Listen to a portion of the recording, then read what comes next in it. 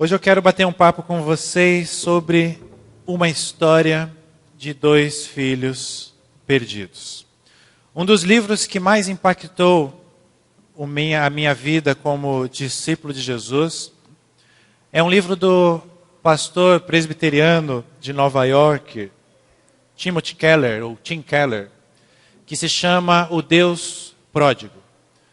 Neste livro, que eu recomendo que vocês comprem e leem, ele trata a respeito de uma das parábolas mais conhecidas das Escrituras. E hoje, e na próxima quinta-feira, nós vamos refletir a respeito desta parábola, dessa história de dois filhos perdidos. O texto se encontra em Lucas 15. Eu vou ler os 3 primeiros versos de Lucas 15. Depois eu darei um salto para a parábola que começa no verso 11 e vai até o 32. Diz assim as Escrituras, conforme vocês podem ver aí na tela ou em suas Bíblias, e eu destaco ainda antes da leitura que a imagem que vai aparecer durante toda a nossa reflexão é a imagem de uma obra do artista protestante Rembrandt. O título dessa imagem, deste quadro muito conhecido mundialmente, se chama exatamente O Retorno do Filho Pródigo, uma das maiores obras de Rembrandt. Mas diz assim o texto bíblico em Lucas 15, os primeiros 3 versos. Eu estou lendo na versão NVI. Todos os publicanos e pecadores estavam se reunindo para ouvi-lo, mas os fariseus e os mestres da lei o criticavam, dizendo, 2 pontos. Este homem recebe pecadores e come com eles. Então Jesus lhes contou esta parábola. E aí nós vamos para o verso 11 agora. Jesus continuou. O homem tinha 2 filhos. O mais novo disse ao seu pai, Pai, quero a minha parte da herança.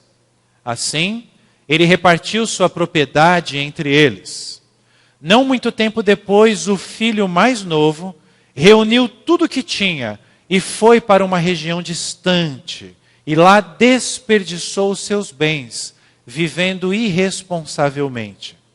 Depois de ter gasto tudo, houve uma grande fome em toda aquela região. E ele começou a passar necessidade.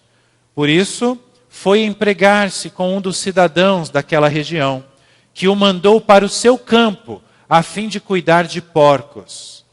Ele desejava encher o estômago com as vagens de alfarrobeira que os porcos comiam, mas ninguém lhe dava nada. Caindo em si, ele disse, quantos empregados de meu pai têm comida de sobra, e eu aqui morrendo de fome? Eu me porei a caminho e voltarei para meu pai e lhe direi, Pai, pequei contra o céu e contra ti, não sou mais digno de ser chamado teu filho, trata-me como um dos teus empregados. A seguir, levantou-se e foi para seu pai. Estando ainda longe, seu pai o viu e, cheio de compaixão, correu para o seu filho e o abraçou e beijou. O filho lhe disse, Pai, pequei contra o céu e contra ti, não sou mais digno de ser chamado teu filho. Mas o pai disse aos seus servos, depressa, tragam a melhor roupa e vistam nele, coloquem um anel em seu dedo e calçados em seus pés, tragam também um novilho gordo e matem-no. Vamos fazer uma festa, vamos nos alegrar. Pois este meu filho estava morto e voltou à vida. Estava perdido e foi achado. E começaram então a festejar o seu regresso. Mas a história não termina aí. A história ainda nos diz que enquanto isso, o filho mais velho estava no campo. Quando ele se aproximou da casa, ele ouviu a música, a dança. Então ele chamou um dos servos e perguntou-lhe o que estava acontecendo. E este servo lhe respondeu, seu irmão voltou e seu pai matou um novilho gordo porque o recebeu de volta, ele está são e salvo. O filho velho encheu-se de ira e não quis entrar. Então, seu pai saiu e insistiu com ele. Mas ele respondeu ao seu pai: olha, pai, todos estes anos eu tenho trabalhado como um escravo ao teu serviço e nunca desobedeci às tuas ordens. Mas tu nunca me deste nem um cabrito para festejar com os meus amigos. Mas quando volta para casa este teu filho, né? Não é meu irmão. Esse teu filho, que esbanjou os teus bens com as prostitutas, o Senhor mata um novilho gordo para ele? Disse o pai: meu filho, você está sempre comigo, e tudo que eu tenho é seu. Mas nós tínhamos que celebrar a volta deste seu irmão, e alegrar-nos, porque ele estava morto e voltou à vida. Estava perdido e foi achado. Que Deus nos abençoe, como Oscar Lino orou na reflexão desta palavra. Vai aparecer aí na tela para você o conceito da palavra pródigo. Pródigo significa aquele que tudo gasta, ou gastar até não sobrar absolutamente nada. O que é curioso, meus amados irmãos, é que, olhando o conceito da palavra pródigo, e acabando de ler essa história, que é conhecida entre os cristãos, é uma história bem conhecida, nós costumamos ler esta história sob a perspectiva de uma bela história de amor, da história de um pai que é amoroso, da história de um pai que é bondoso. Mas eu quero dizer para você nesta manhã que essa perspectiva que nós lemos a história não tem nada a ver com o que as pessoas pensaram e as emoções que as pessoas tiveram ao ouvir essa história ali ao lado de Jesus. Pelo contrário, essa história gerou revolta. O porquê de ter gerado revolta é o que nós vamos descobrir nesta primeira reflexão, né? Primeira reflexão em duas partes. Ela inicia hoje e a segunda parte será quinta-feira, no dia de ação de graças, quando teremos um culto. O que eu quero que você entenda é que esta não é a história de um filho que é pródigo, de um filho que gasta tudo. Não. Esta é a história de dois filhos que estão ambos perdidos. Não é a história do filho pródigo. É a história de dois filhos perdidos. Não é a história de um pai amoroso, simplesmente. É a história, o foco da história está em dois filhos que estão perdidos. Ambos estão alienados de Deus. Ambos. Ambos buscavam a aceitação no reino de Deus de formas diferentes. Quando nós olhamos os versos de 1 a 3, vai aparecer aí novamente, nós vemos dois grupos de pessoas. E para você entender a parábola, você precisa entender que Jesus conta uma história de dois filhos, porque esses dois filhos representavam esses dois grupos de pessoas que estavam ali conversando, que estavam ali ao lado de Jesus. Por isso que o verso 1 diz que todos os publicanos e pecadores estavam se reunindo para ouvi-lo. Mas o verso 2 diz que também estavam presentes os fariseus e os escribas, ou os mestres da lei. Esses estavam criticando Jesus, enquanto que o outro grupo estava reunido para ouvir a Jesus. Meus amados irmãos, a conexão ela é bem lógica e bem simples de ser entendida quando você ler o texto como um todo, de forma meditativa, prestando atenção na história que Jesus está contando e no seu contexto. Os publicanos e pecadores representam o filho mais novo. Enquanto que os fariseus e os escribas, esses mestres da lei, representam na história o filho mais velho. Mas ambos estão perdidos. E eu quero refletir com você nesta manhã, nessa história, sobre essa perspectiva. Vamos começar pelos filhos mais novos. Filhos mais novos são pessoas que não observam as leis morais da sociedade.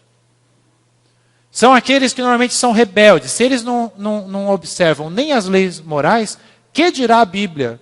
Que dirá o que a igreja anuncia? Que dirá o que qualquer religião prega? São pessoas que, como diz o verso 13, pessoas que tomaram a decisão de viver irresponsavelmente. Claro, elas não afirmam isso, vou viver irresponsavelmente. Mas elas falam, não, eu sou bicho grilo, eu sou diferente, eu vou contra a cultura, eu não quero saber, se você está falando que isso é certo, não importa se eu acho certo ou errado, se você está falando que é certo e você quer impor os seus conceitos morais na minha vida, então eu vou dizer que é errado. Isso é o que há de forma muito significativa no mundo que nós vivemos, não era diferente no mundo em que Jesus viveu. O que é curioso, se nós lermos o verso 13 inteiro, é que diz que não muito tempo depois, este filho mais novo, ou seja, essas pessoas que vivem como esse filho mais novo, ele reuniu tudo que tinha, foi para uma região distante, perceba a ideia de fuga, saiu de casa, fuga dos padrões, eu quero uma vida diferente, só que lá ele desperdiçou os seus bens e viveu irresponsavelmente. Meus amados irmãos, tomar decisões desta maneira, irresponsável, agir assim no mundo que nós vivemos, é tão loucura quanto nós achamos louca a decisão deste jovem, deste filho perdido, quando nós lemos a história. Quando nós tomamos decisões sem regras morais, sem princípios que regem as nossas vidas, nós nos perdemos como este filho se perdeu. E o que Jesus quer dizer para mim e para você nesta manhã, está relacionado com isso. Como estamos tomando decisões? Como estamos lidando com as nossas vidas? É curioso porque as consequências são conhecidas. As consequências de quando nós agimos assim, num primeiro momento, assim como na história, parecem ser boas. Viajei, gastei, fiz tudo o que eu achava bom, bonito, belo, gostoso na vida. Parece bom, mas a gente sabe, a história conta isso, que a médio e a longo prazo, essas coisas não são boas, não é um caminho seguro. Na época da minha juventude, os mais jovens nem conhecem esse filme, mas um filme era muito famoso, passava pelo menos uma vez por mês na sessão da tarde, chamava Curtindo a Vida Adoidado. Né? Conta a história de um jovem, junto com outros jovens amigos, que eles resolveram tirar um dia, 24 horas, para literalmente curtir a vida adoidado. Então eles saem aprontando pela cidade, pegam o carro do pai e bate o carro do pai, e aprontam, e a história é essa. Parece legal, o filme é muito bom. Assistam, se você não assistiu ainda. Agora, interessante que o filme termina no dia que eles fazem isso tudo. Assim, na madrugada, né? Só passa 24 horas. O filme não conta o que aconteceu naquela semana, no mês seguinte, as consequências daquelas atitudes deles. E aí o filme termina com aquela ideia, poxa, parece legal, mas o day after, né, o dia seguinte, você não sabe. E às vezes a gente vive as nossas vidas como os personagens desses filmes. Vamos curtir a vida doidado. Esse negócio de regra, esse negócio de igreja, esse negócio de pastor, ou mesmo que não seja algo relacionado à igreja. Quer saber? Estou cansado disso tudo. E parece bom num primeiro momento. Eu quero que você perceba isso. Parece e é bom num primeiro momento. Mas não é sábio. porque as consequências vêm. Sair de casa significa abandonar a fé, significa abandonar os princípios morais dos seus pais. E na próxima quinta-feira eu vou entrar em mais detalhes nesse aspecto de abandonar o pai, tá? No nosso culto de ação de graças. Vamos pensar nos filhos mais velhos. No texto, eles são os fariseus, eles são os mestres da lei. Eu quero que você perceba o seguinte: fariseus e mestres da lei eram as pessoas que estudavam e obedeciam às Escrituras. Simples assim. Eram as pessoas, abre aspas, da igreja daquele tempo, fecha aspas. Pessoas que, apesar de estudar e obedecer às Escrituras, se prendiam à sua moralidade e à sua tradição. E deixa eu falar uma coisa que talvez seja impactante para você. Deus não aceita, em hipótese alguma, nenhum tipo de idolatria. Nem mesmo a idolatria a Ele. Ele não aceita. Nem mesmo a idolatria à sua palavra. Deus não aceita. E eu vou te dizer por quê. Ele não aceita porque o que Ele nos oferece vai muito além disso. O que Deus nos oferece, e essa história representa isso, é um relacionamento íntimo, pessoal, um relacionamento de pai. E aí eu sei, se você na sua vida não teve um bom pai, ainda que seja de sangue ou alguém que te criou, se as suas experiências como filho, né, em relação ao seu pai, não são boas, às vezes você entra em parafuso quando você percebe que Jesus está associando a ideia do Deus a um pai. Mas você precisa fazer um exercício se você não teve um bom pai. Perceber que o que Jesus está dizendo aqui é de um pai, é o relacionamento de um filho com um pai que é perfeito. Então você pega todas as atitudes do seu pai com você que não foram legais e imagine se tivessem sido perfeitas. É esse pai que você tem que pensar e não no seu pai literalmente, ok? E aí você começa a entender a dimensão do relacionamento que Deus nos proporciona. O pai é a figura de Deus nessa história. Por isso a reação do pai é muito importante. Também eu vou explorar mais na próxima quinta-feira. É muito curioso, só para dar uma palhinha. Um pedido como o pedido que o filho fez era inconcebível numa sociedade patriarcal como aquela. É inconcebível nos dias atuais. Naqueles tempos, então, o que o filho estava dizendo é: eu já considero o senhor morto. Porque a herança só era dividida depois que o pai morria. Então ele estava dizendo o seguinte: você é como se não fosse meu pai. Você para mim já está morto. Então divida a herança logo. Isso é um absurdo nos dias atuais e naquele tempo muito mais. Mas mais absurdo é a reação do pai. Que ele fala, tudo bem. E ele divide a sua propriedade. Aí a semana que vem, quinta-feira, eu vou explorar bastante o que significa se dividir a propriedade. O que eu quero que você perceba hoje é que um fato muito curioso aparece no texto. Fazendo essa associação de grupos de pessoas com os dois filhos, os filhos mais novos, as pessoas com o perfil desse filho mais novo, eles sempre gostaram mais de Jesus do que os filhos mais velhos. Percebam, eu vou caminhar durante a nossa reflexão com a mesma ilustração de Jesus. Jesus traz o filho mais novo como os publicanos e pecadores, e o filho mais velho como as pessoas religiosas.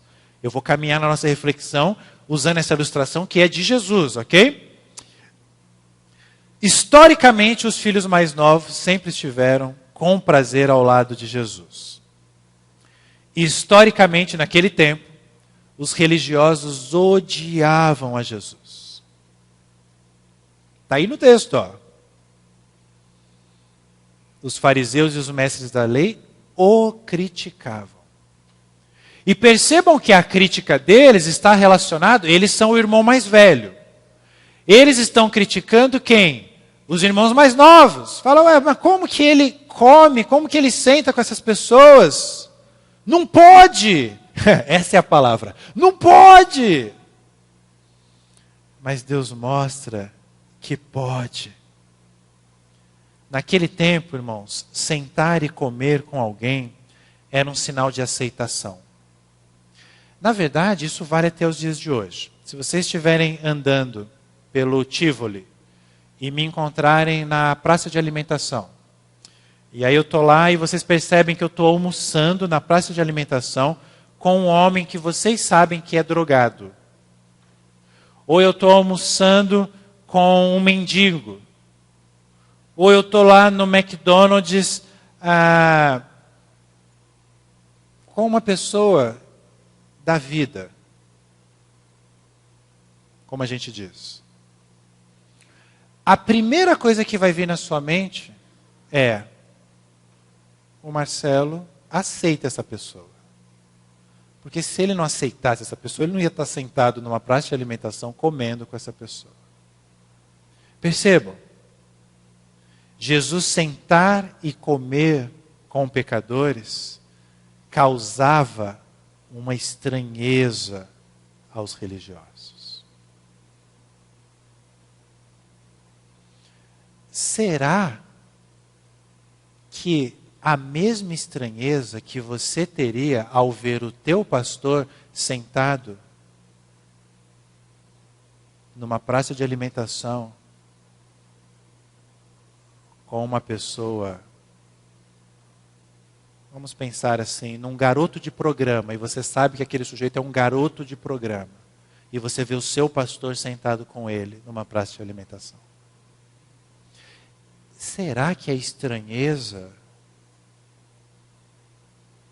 que você teria é semelhante à estranheza que esses homens tiveram, melhor dizendo? O que isso tem a ver com a igreja hoje, irmãos? Na igreja, normalmente, hoje, estou pensando na igreja hoje, tá? Nós não encontramos esses filhos mais novos. A pergunta que surge é: por quê? Aí alguém poderia dizer: pastor, é porque eles não frequentam a igreja, pastor. Eles não querem vir na igreja. E aí eu perguntaria para você: mas por que eles não frequentam a igreja? Será, irmãos, que é porque nós somos filhos mais velhos e agimos exatamente como o filho mais velho da história que Jesus contou? Ou seja, nós fazemos a nossa justiça e nós decretamos que pelos atos dessas pessoas, estes irmãos não podem ser perdoados, eles não podem ser aceitos pelo Pai. Será que a gente age assim? É aí que você entende para quem Jesus contou essa história. É a história de dois filhos perdidos. Mas o objetivo de Jesus ter contado essa história, o foco da história está no filho mais velho. Jesus queria dar o seu recado, dar o seu ensinamento para os religiosos. Por quê? Normalmente nós somos religiosos. Quer ver? Nós somos tão religiosos, você que é de igreja já há alguns anos, somos tão religiosos que a gente sempre lê essa parábola e coloca o foco no filho mais novo. Tá vendo? Vai lá. Eu não faço isso. Isso significa que nós somos o filho mais velho. A gente quase festeja porque o filho mais novo se dá mal. E a gente quase fica revoltado porque o pai o aceita. Você que é pai, você fala assim, se eu fosse pai, eu não teria nem dividido a herança, muito menos ter aceitado. Por isso que, nas palavras que nós lemos, o pai disse, ele estava morto, e ele voltou à vida. Tim Keller, no livro que eu já citei para vocês, ele diz o seguinte, a parábola dos dois filhos realiza uma análise aprofundada da alma do irmão mais velho. Agora, olha que interessante. Culminando com um pedido para que ele mude o seu coração. O texto diz que o pai sai. O pai não precisava sair, isso era humilhante. Mas ele sai. E o texto diz que ele insiste com o filho. E qual é o argumento do pai? Meu filho, você sempre esteve aqui comigo, mas esse teu filho estava perdido, esse teu filho estava morto. Agora ele está vivo, agora ele foi achado. Em outras palavras, muda o seu coração. Perdoe o seu irmão.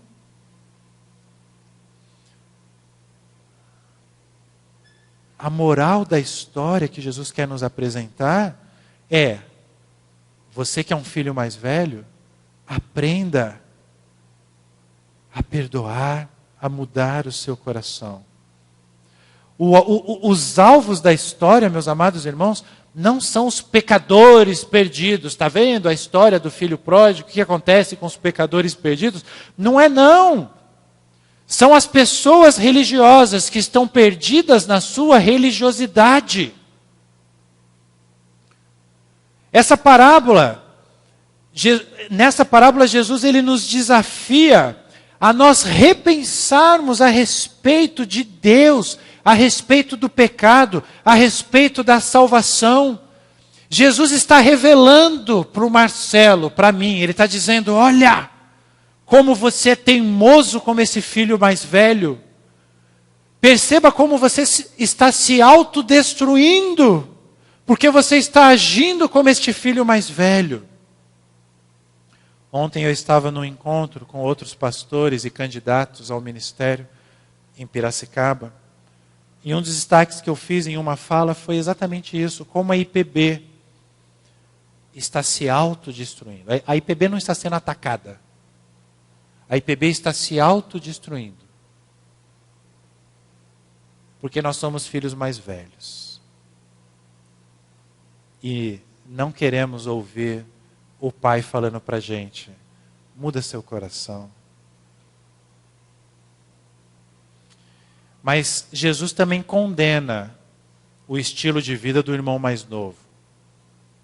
Não pensem que a história foi escrita para dizer, tudo bem, pode viver do jeito que você quiser, Deus é amor. Não, isso é a história de Hare Krishna.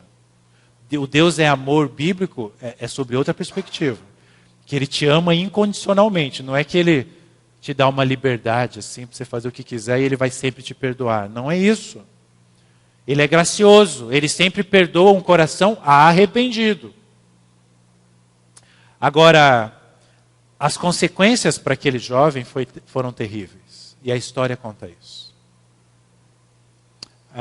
Você já imaginou passar tanta fome, mas tanta fome, a ponto de você desejar comer lavagem de porcos? É lavagem que chama, né? Porque o texto bíblico aparece uma palavra difícil ali, mas é isso, lavagem. Você já ficou parado alguns minutos do lado de um chiqueiro? Já teve a oportunidade de fazer isso? Não é um chiqueiro vazio, não, um chiqueiro com porcos, e com porcos já há alguns dias, meses. Eu ouso dizer que muitos de vocês, não todos talvez, mas muitos de nós, deixa eu me incluir também, não conseguiríamos ficar alguns minutos. Que dirá comer o que se joga para os porcos? Agora, o texto ele é ainda mais marcante, porque ele diz que ele desejava comer a lavagem dos porcos, mas ele não conseguiu Nem isso. Porque ele não podia, ele era funcionário. O texto não diz que ele comeu, diz que ele desejou. Imagina o que é você chegar num nível da sua existência, da sua vida, em que você deseja algo que é repugnante. E nem o que é repugnante na sociedade você tem acesso. Mais fundo do poço do que isso não existe. Não existe. A imagem é de uma situação terrível.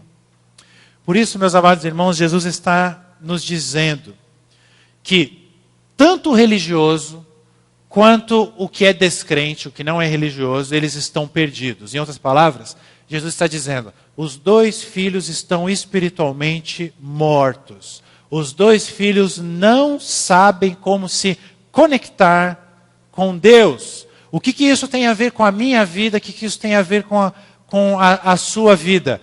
Esses dois filhos vivem na mesma casa nos dias atuais.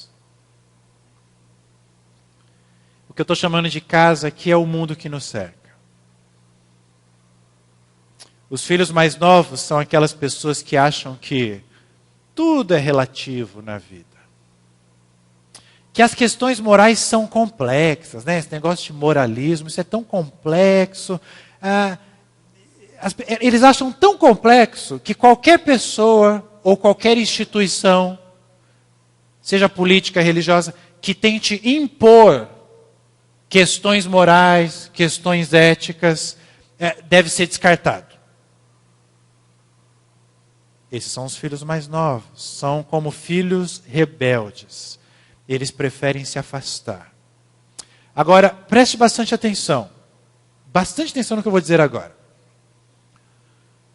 Por que no mundo há esses filhos mais novos, com este perfil que eu acabei de dizer?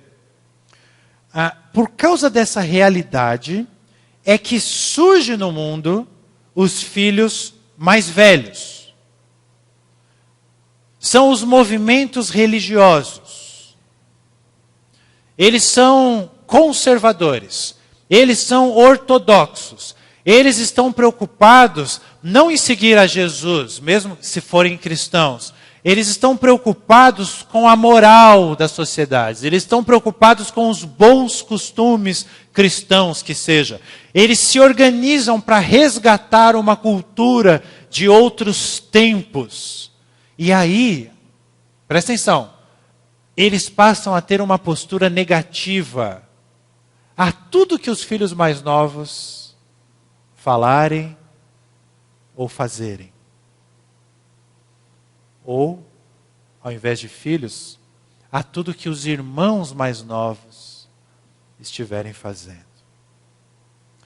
A pergunta que surge para a gente partir para a conclusão é, de que lado Jesus está? Ele conta essa história, mas de que lado ele está? De nenhum dos dois.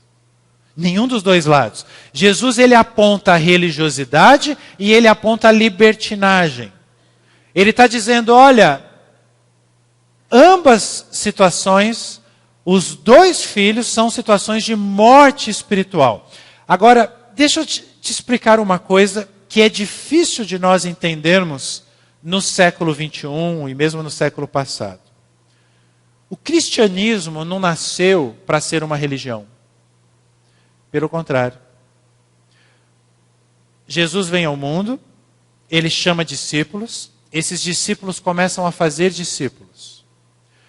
Qual era a boa nova, a notícia, o evangelho a ser anunciado? Era exatamente tudo o contrário à religião.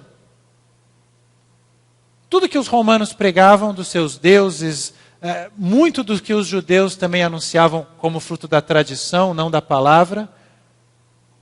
Esses cristãos, for assim o nome que eles começaram a ter, eles literalmente descartavam. E era uma situação esquisita, porque as pessoas perguntavam, vocês têm esse movimento aí, aonde está o templo de vocês? Aonde é o templo então, para eu conhecer? E eles falavam, não, a gente não tem templo. A gente se reúne nas casas aí. E aí perguntavam, mas quem são os seus sacerdotes então? Quem a gente deve procurar? Não, nós não temos sacerdotes. Como assim? Tá bom, mas então, como é que vocês fazem os sacrifícios? Todo Deus exige um sacrifício. Não, a gente não tem sacrifício. Por quê? Porque Jesus substituiu tudo isso. Deus é o templo. Deus é o sacerdote. Ele fez o sacrifício único e final para as nossas vidas. Por isso que os cristãos no início do cristianismo eram chamados de ateus. Olha lá os ateus, ou então hereges. Seminarista não presta, né? Eu lembro na época do meu seminário, lá no Rio de Janeiro, a gente estudando história da igreja, né, tal, e aí essa história deles chamarem os cristãos no início de hereges. Aí nós criamos uma lista de e-mails da turma lá, a turma que se formou comigo. A lista de e-mails tinha o seguinte título: Hereges do Rei. Aí tinha professor que não gostava, não. Eu não vou mandar e-mail para esse endereço de vocês, não. Falou, não, como não, professor? É como os cristãos eram chamados, eles eram hereges. Claro, era uma brincadeira nossa, mas a gente queria dizer o seguinte, a gente não quer essa religiosidade que acabou se constituindo o cristianismo tradicional. Percebam como, quando nós olhamos uma história que Jesus conta, isso fica muito claro. Porque essa parábola ilustra a necessidade do quê? De nós, como igreja, nos avaliarmos. Nós verificarmos se estamos no caminho certo. E nós fazermos ajustes, porque não adianta também só identificar. Teu pneu está careca, hein? Teu pneu está careca. O pneu do teu carro está careca. Está careca. Fica meses falando que o pneu está careca. Aí cai uma chuva, ele tenta frear, bate no poste. O que adianta saber que o pneu está careca se você não trocar o pneu?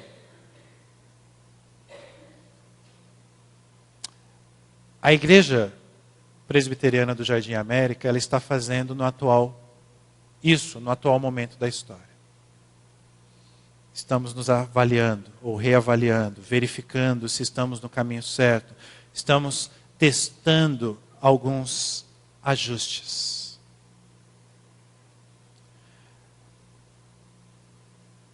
Isso não se limita a mudar o horário de culto, gente. Isso daqui, nós estarmos reunidos aqui às 10, 11 horas, isso é só um detalhe.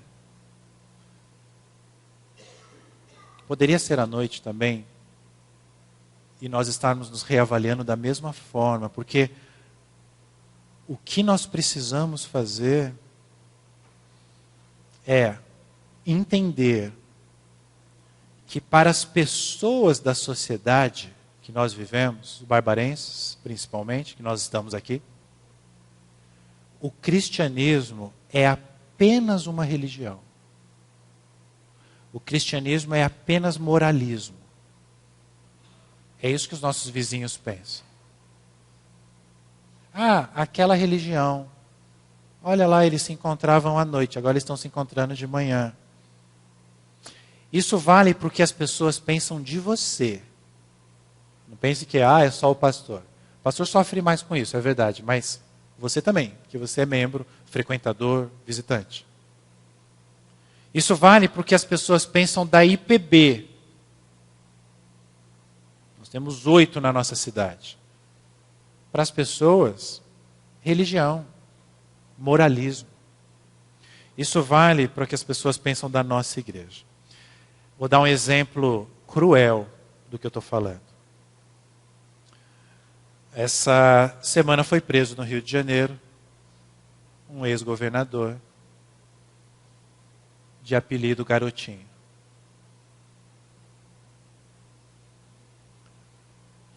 Famoso no Brasil inteiro. Já ficou em 3º lugar numa eleição presidencial. Quase foi para o 2º turno. Presbiteriano do Brasil, ele. Professor de escola dominical. Na igreja presbiteriana Luz do Mundo, no bairro das Laranjeiras, no Rio de Janeiro.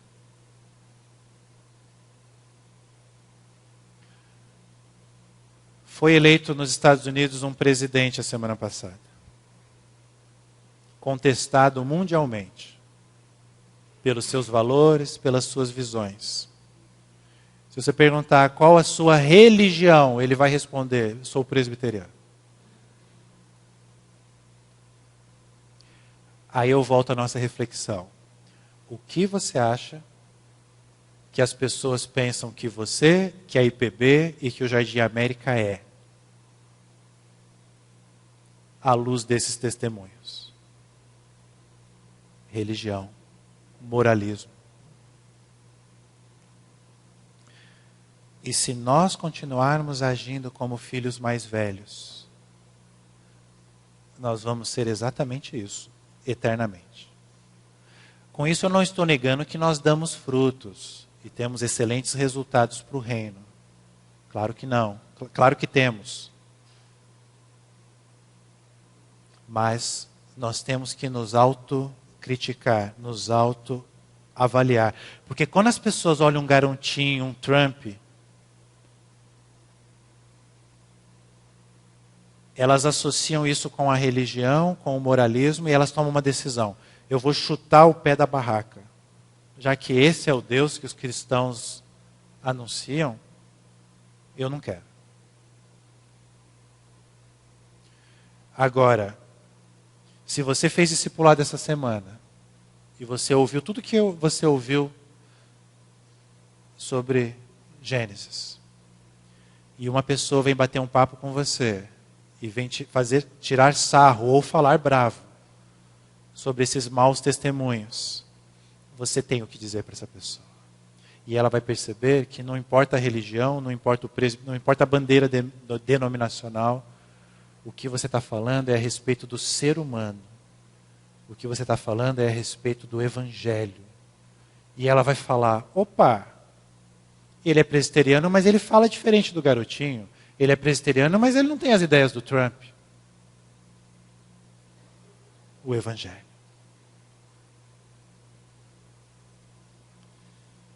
Agora, a igreja hoje, uma pergunta para vocês. Se fosse uma escola dominical, eu ia querer ouvir respostas mesmo. Temos que fazer essa pergunta. A igreja hoje anuncia o que Jesus anunciava?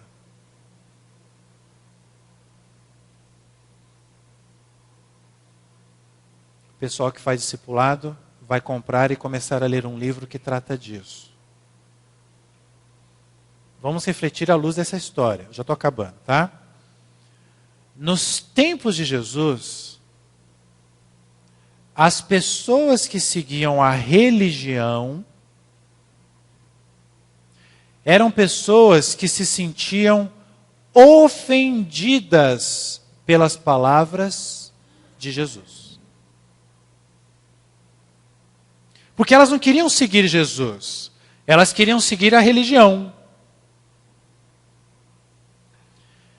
Nos tempos de Jesus, em contrapartida, se uma pessoa era rejeitada por motivo sexual, racial, político, profissional, social, era esta pessoa que se sentia amada por Jesus, que se identificava com Jesus.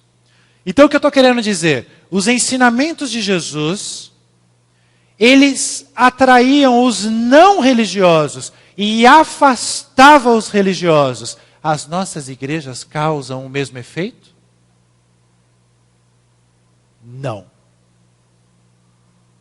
Não. A prova disso é que nós atraímos pessoas conservadoras, convencionais e moralistas.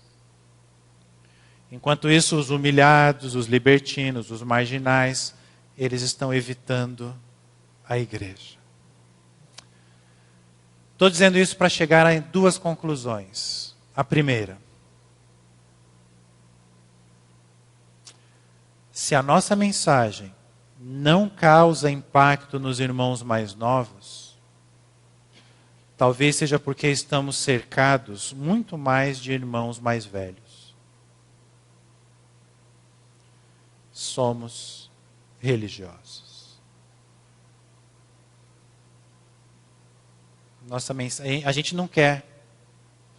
O que eu acho curioso nessa história é que o irmão mais velho não só fica revoltado porque o irmão dele voltou, como ele nunca pensou, a gente não sabe quanto tempo foi isso, né, que o irmão ficou longe, ele nunca pensou em ir atrás do irmão mais novo. Considerava como morto mesmo. E se satisfazia nisso. Só um detalhe, o irmão mais novo ele recebia mais herança do que o irmão mais velho na divisão. Quinta-feira eu vou entrar nesse detalhe. Segunda conclusão, na mesma linha de raciocínio. Se a nossa mensagem hoje não tem o efeito que a mensagem de Jesus tinha, a conclusão é lógica. Se a nossa mensagem não tem o efeito que a mensagem de Jesus tinha, significa que nós não estamos anunciando a mesma mensagem que Jesus anunciava.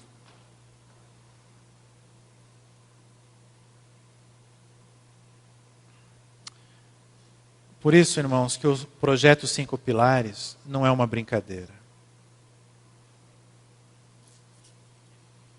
Não é uma experiência. Não é algo assim, vamos fazer diferente? Por quê? Para a gente ser diferente. Ser diferente é tão legal. Não. Todos nós precisamos entender. O conselho, os demais líderes, os membros, os frequentadores, os visitantes, que nós estamos falando de um processo de transformação. O pastor Ricardo Agreste diz o seguinte: antes de transformar a cultura, o evangelho precisa transformar a igreja. Antes de transformar a igreja, o evangelho precisa transformar os líderes. E se você é líder e pensa que eu estou falando para você, eu estou. Mas não esqueça que eu sou o líder primaz desta comunidade. Então eu estou falando muito mais para mim. É um processo de transformação. Essa transformação para alguns é uma volta ao primeiro amor. É um resgate. Uma experiência que você já teve com Deus, já foi vívida para você. Para outros, não. Para outros, mesmo a pessoa que já teve uma vida na igreja, pode ser um primeiro encontro. Pode ser a pessoa se perceber, realmente eu sempre fui religioso, eu nunca fui discípulo. E aí se torna um primeiro encontro, não com o Cristo da religião, mas com o Cristo da graça, o Cristo do amor, o Cristo do perdão. Por isso que nós entendemos igreja como um processo simples. O discipulado é você aprender pessoalmente, com quem Deus separou para te ensinar. Deus separou homens e mulheres e preparou homens e mulheres para te ensinar a ser discípulo. Discipulado é isso. Um encontro pessoal com esses homens, para você aprender. Nosso processo é simples, porque o segundo pilar é a devocional diária. Devocional diária nada mais é do que o seu reencontro com Deus. Reencontro, todo dia. Todo dia. Isso é que vai despertar em você um novo amor ou uma paixão pelo Evangelho e por Deus. Sem isso, se você não encontrar uma pessoa, não tem como você passar a amá-la ou ficar apaixonado por ela. Se você encontrar só uma vez por semana, dificilmente isso vai acontecer. Devocional diário. Os grupos de comunhão nada mais são do que a sua família estendida. Sua família não se limita aos de sangue. Quando você é chamado por Jesus, pelo Evangelho, sua família se estende. É lá que você chora com os que choram, é lá que você ri. com os que estão rindo. É lá que você ama. É lá que você perdoa e é perdoado. É lá que você ensina. É lá que você aprende. A tarefa missional só faz sentido para quem entendeu o privilégio que é ser alcançado, ser chamado por Deus para ser seu discípulo. E para quem, por amor, deseja que essa graça que veio até você não se limite a você, mas a outras pessoas também. Isso é tarefa missional. Você não é obrigado a fazer tarefa missional, você só faz se for algo de dentro para fora. Você está tão impactado pela graça e o amor de Deus na sua vida, que você fala, meu Deus, isso não pode ficar só para mim. E você começa a anunciar o evangelho. Tarefa missional. Relacionamento com não cristãos. E o culto é o momento máximo da semana. Nós estamos nele agora. Mas não significa simplesmente estar nele, de corpo presente. Mas verdadeiramente reunidos em espírito e em verdade, como Jesus disse para aquela mulher. Quinta-feira nós vamos continuar refletindo nessa parábola, mas eu quero que você leve no seu coração essa perspectiva dos dois filhos perdidos, o mais novo e o mais velho, e os grupos de pessoas que o filho mais novo e o filho mais velho representam. A equipe de música vai vir aqui à frente e a nossa oração é que o Senhor acenda em nós uma chama que uma vez já brilhou no nosso coração. Eu estou usando essas expressões porque são expressões que vão aparecer na canção que nós vamos cantar agora. Nós vamos cantar pela primeira vez, mas é uma canção bem conhecida no meio cristão. Então, se você conhece, você já pode cantar na primeira vez. Se você não conhece, ouça a primeira vez. E a segunda vez que a equipe cantar, você já pode tentar cantar também.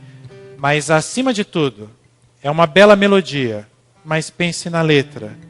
É uma oração. E está relacionada com essa parábola.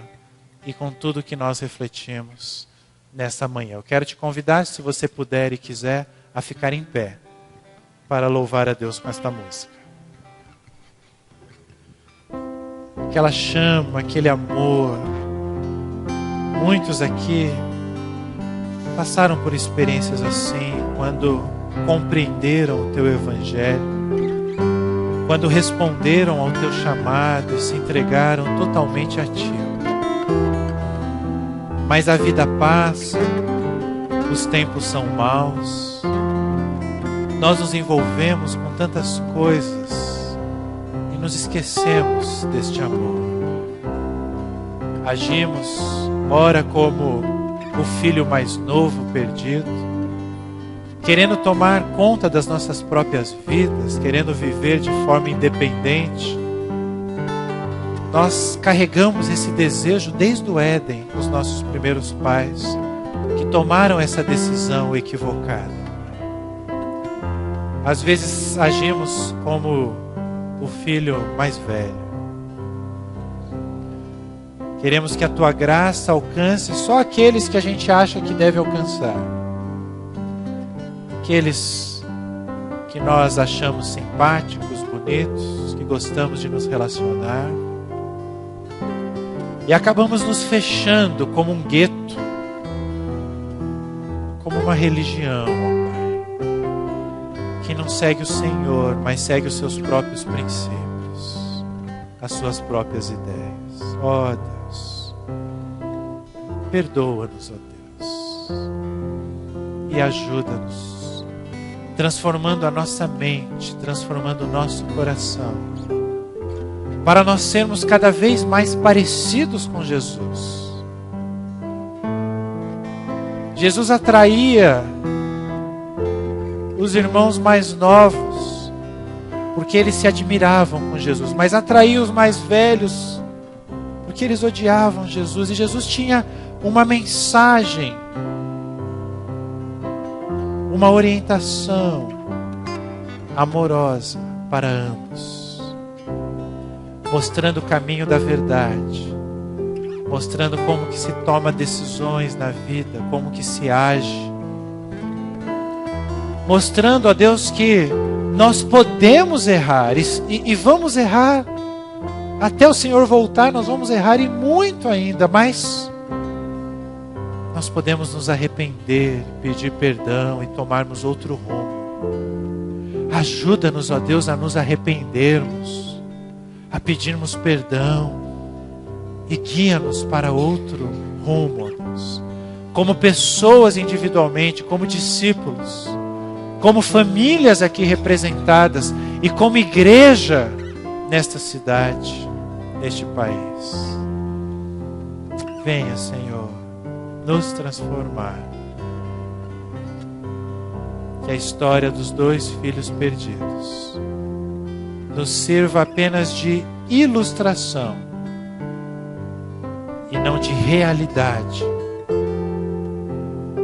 Para que lembremos que podemos estar vivendo como eles, mas que possamos perceber que temos um Pai amoroso, que nos ama incondicionalmente e nos conduz ao caminho reto. Assim nós te rogamos, assim nós te agradecemos, em nome de Jesus.